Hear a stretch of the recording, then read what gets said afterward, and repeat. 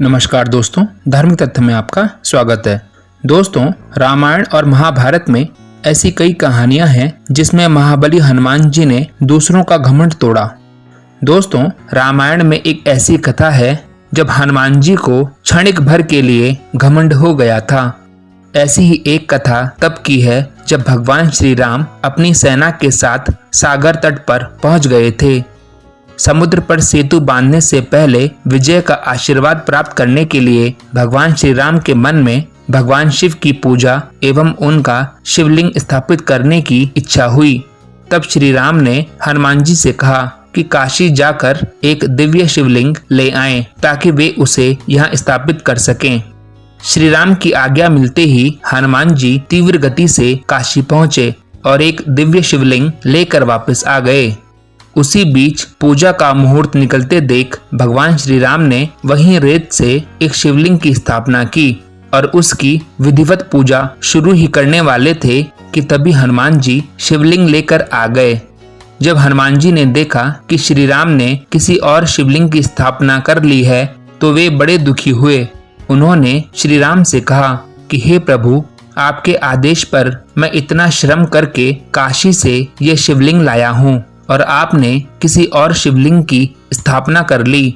ये शिवलिंग भी तो केवल बालों का बना है, इसी कारण ये अधिक समय तक नहीं टिक पाएगा, जबकि मैं पाषाण से बना शिवलिंग लेकर आया हूँ।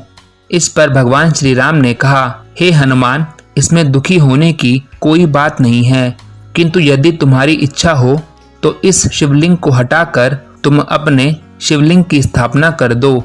यदि तुम ऐसा कर सके तो हम तुम्हारे ही शिवलिंग की पूजा करेंगे।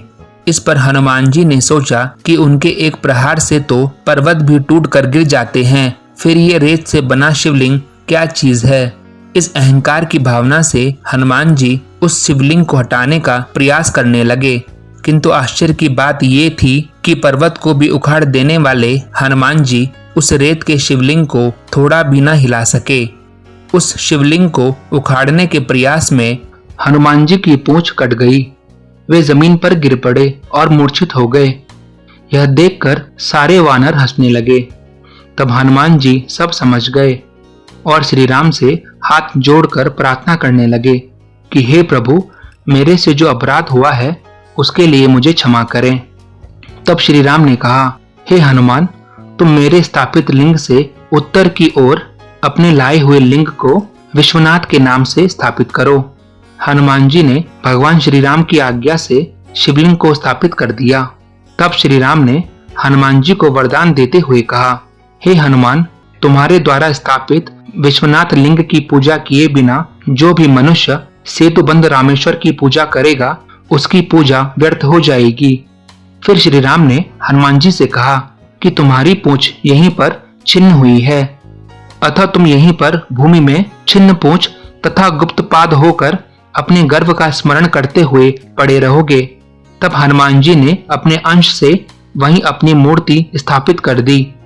दोस्तों, आज भी वहां हनुमान जी की छिन्न पूंछ और गुप्त पांव की मूर्ति विद्यमान है और जहां पर हनुमान जी मूर्छित होकर गिरे थे वो उत्तम स्थान मारुति के नाम से प्रसिद्ध हुआ। वहीं श्री राम ने भी अपने नाम से एक उत्तम तीर्थ बनाया।